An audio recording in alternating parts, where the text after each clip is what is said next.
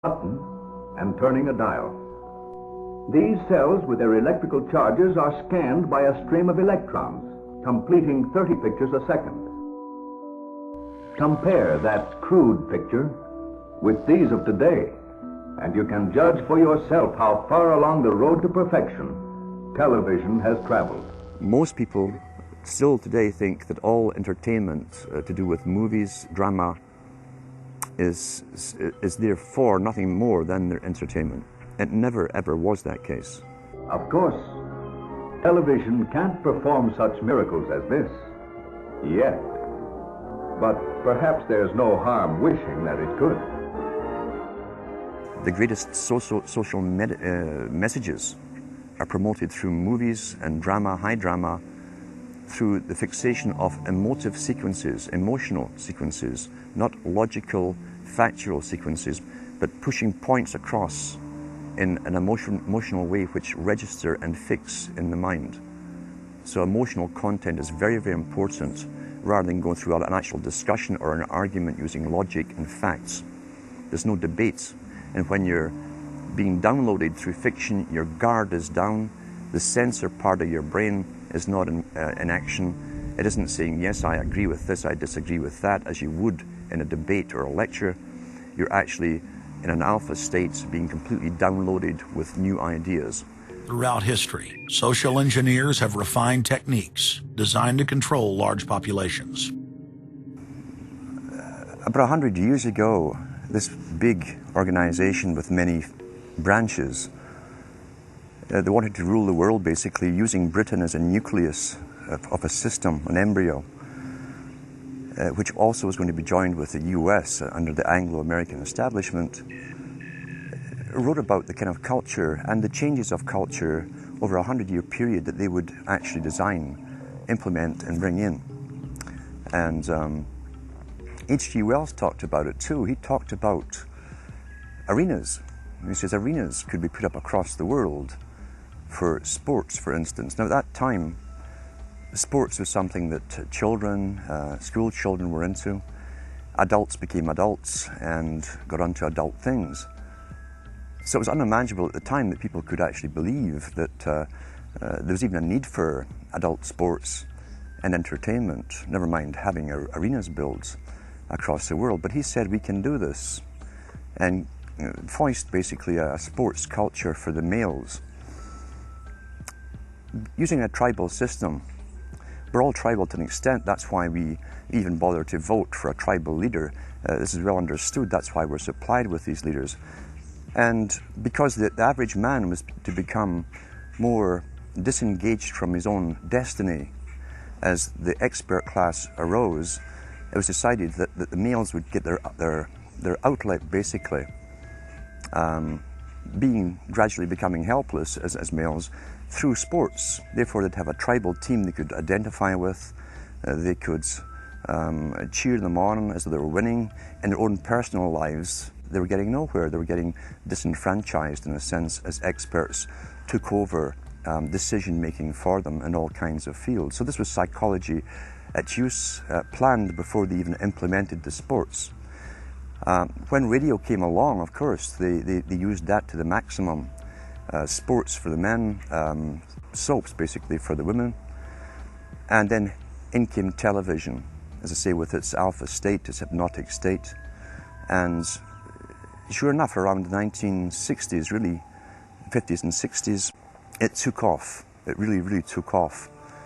And men became glued on Saturday nights to the sports shows. A culture industry, which is called by its own the culture industry. The Soviet Union had a department called the culture industry. Their actors and directors were called the cultural leaders, because they would, like a computer, people are like computers, all you have to do is keep giving them new updates every so often, and you can change an entire country or a nation or a block of nations who are all getting the same upgrades at the same time along certain paths. Today we call it political correctness.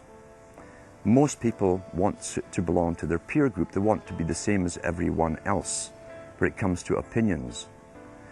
In fact, they judge their own personal sanity by bouncing ideas off their neighbours and friends who will answer back and agree on these same topics in kind. It doesn't matter if the topics or what you're given are facts or utter nonsense, as long as everyone agrees at the same time. You'll say, well, I'm sane, and your friends will all agree because they've had the same information given to them. But they've been programmed, and I'm sad because I know that it's hard for people like that to take an interest, a serious interest in world affairs, to take a serious interest in what their elected officials are doing.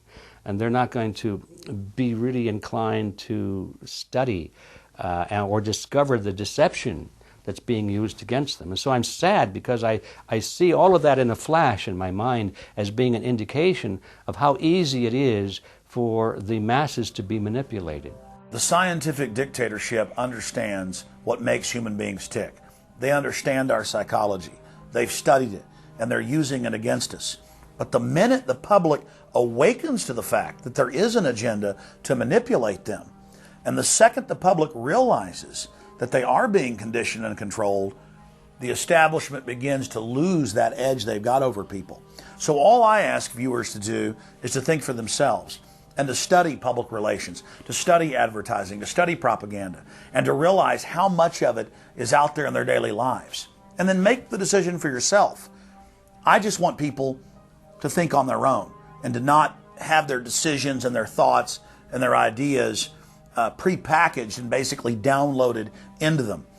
If it's on TV and a famous face says something, then it must be true. He doesn't have to show you facts or anything else. You've been brought up with these faces. That's why they keep these guys on television into their 70s and 80s. You've grown up with this father figure who's on television every night at 6 o'clock, in your house, in your room, staring right at you, and he's a father figure. Would he tell you a lie? So you naturally never suspect him. And this same man will lead you through new topics. He'll introduce experts on the topics. They'll have a little summary at the end of every talk, and you are now left with the conclusion that's presented to you. You don't arrive at it, it's given to you, and it's good enough for you. When I was growing up, people were talking on their front porches, neighbors were playing baseball, there were nightly barbecues. You don't see that anymore. We've lost our communities. You drive through neighborhoods, you see the blue glow of television sets. We're losing our humanity. So if you want to rebel against the globalists, the social engineers, start by turning the TV off a few hours a day and actually getting to know your neighbors, getting outside that comfort zone, expanding your horizons. By coming together as communities, by getting to know our neighbors, we defeat the social engineers. We're programmed today perfectly just like machines.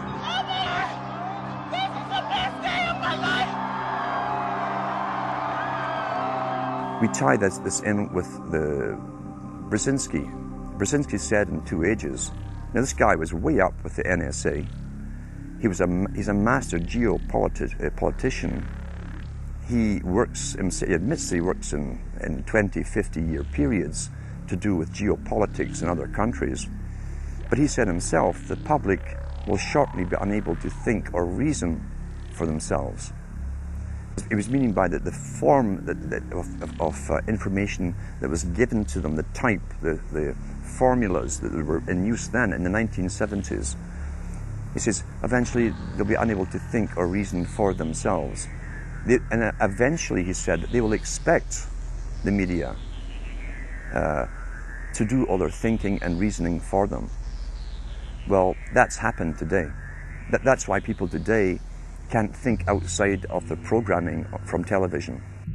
Zbigniew Brzezinski, Obama's main foreign policy advisor, talks about how a cult of personality can be artificially manufactured to influence the masses.